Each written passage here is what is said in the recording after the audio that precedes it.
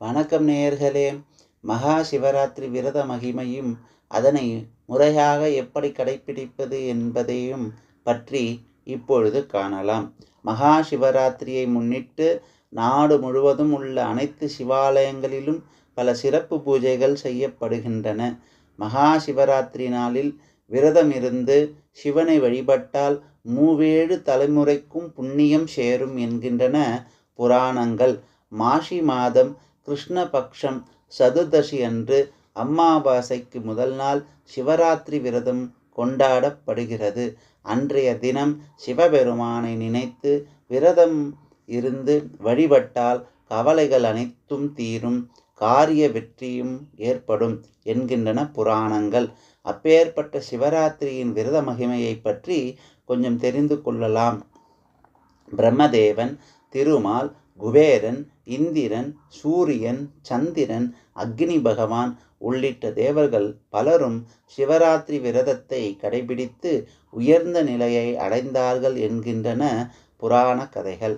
பூமி தானம், தங்க தானம், கோடிக்கணக்கான பசுக்கள் தானம், புராணங்களில் சொல்லப்பட்ட மற்றவை பல விரதங்களை நெடுங்காலம் கடைபிடிப்பது, 100 அஸ்வமேத யாகம் செய்வது, பல முறை கங்கா ஸ்நானம் செய்வது ஆகியவற்றை அனைத்து மேற்கொண்டாலும் ஒரு சிவராத்திரி விரதத்தை அனுஷ்டிப்பதற்கு ஈடாகாது என்கின்றனர்.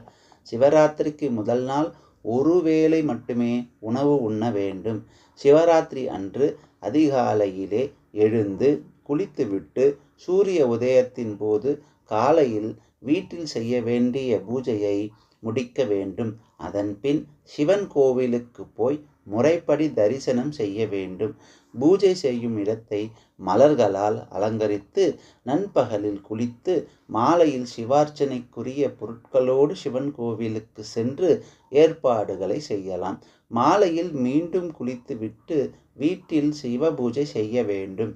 வீட்டிலேயே இரவின் 4 ஜாமங்களிலும் முறைப்படி பூஜை செய்தாலும் நலம். வில்வ இலைகளால் அர்ச்சனை செய்தால் கூடுதல் உத்தமம். மகா சிவராத்திரி விரதம் மேற்கொள்பவர்கள் கோபத்தை கட்டுப்படுத்துவதுடன் பிரம்மச்சாரியத்தையும் கடைபிடிக்க வேண்டும். சிந்தனையில் அமைதியுடன் சிவபுராணத்தை பாடிக்கொண்டிருக்க வேண்டும். பற்றற்று இருப்பதுடன் பேராசைகளை கைவிட வேண்டும் என்கின்றனர் நம் முன்னோர்கள். மாலையில் குளித்து உலர்ந்த ஆடை அணிந்து நெற்றியில் திருவெண்ணீர் அணிந்து கையில் உத்திராட்ச மாலையுடன் வீடுகளில் சிவபூஜை செய்தோ அல்லது கோவிலுக்கு சென்றோ சிவனை வழிபடுதல் வேண்டும். சிவராத்திரி விரதம் இருப்பதால் தெரியாமல் செய்த பாவங்களுடன் தெரிந்தே பாவங்கள் செய்திருந்தாலும் அவை நம்மை விட்டு நீங்கி போகும். யார் வேண்டுமானாலும் சிவராத்திரி விரதத்தை மேற்கொள்ளலாம். சிவாலயங்களில் நடைபெறும் 4 கால பூஜைக்கு பூக்கள் மற்றும் அபிஷேக பொருட்களை கோவிலுக்கு வாங்கி கொடுத்தல் நலம். சிவராத்திரி அன்று நள்ளிரவு 11:30 மணி முதல் 1 மணி வரை லிங்கோத்பவர் காலமாகும். அந்த நேரத்தில் வழிபாடு செய்தால் நற்பலன்கள் நமக்கு கிடைக்கும். அந்த நேரத்தில் வலம்புரி சங்கினால் அபிஷேகம் செய்து வில்வ இலையால் அர்ச்சனை செய்து சுத்தமான அன்னத்தை நைவேத்தியமாக வைத்து சிவனுக்குரிய பாடல்களை பாடி பஞ்சாட்சரங்களை பல 100 முறை சொன்னால் பாவங்கள் விலகும், யோகங்கள் சேரும் என்கின்றனர் புராணங்கள். சிவராத்திரி தினத்தன்று இரவில் 4 ஜாமங்களிலும் உறங்காமல் பூஜை செய்து மறுநாள் விடியற்காலையில் நீராடி காலை அனுஷ்டானத்துடன் உச்சி அனுஷ்டானத்தையும் அப்போதே முடிக்க வேண்டும். அதன்பின் தீட்சையளித்த குருவை பூஜை செய்து விட்டு உடைகள் மற்றும் உணவினை அந்தணருக்கு தானமாக அளித்து விரதத்தை நிறைவு செய்யும் விதமாக உணவு உண்ண வேண்டும்.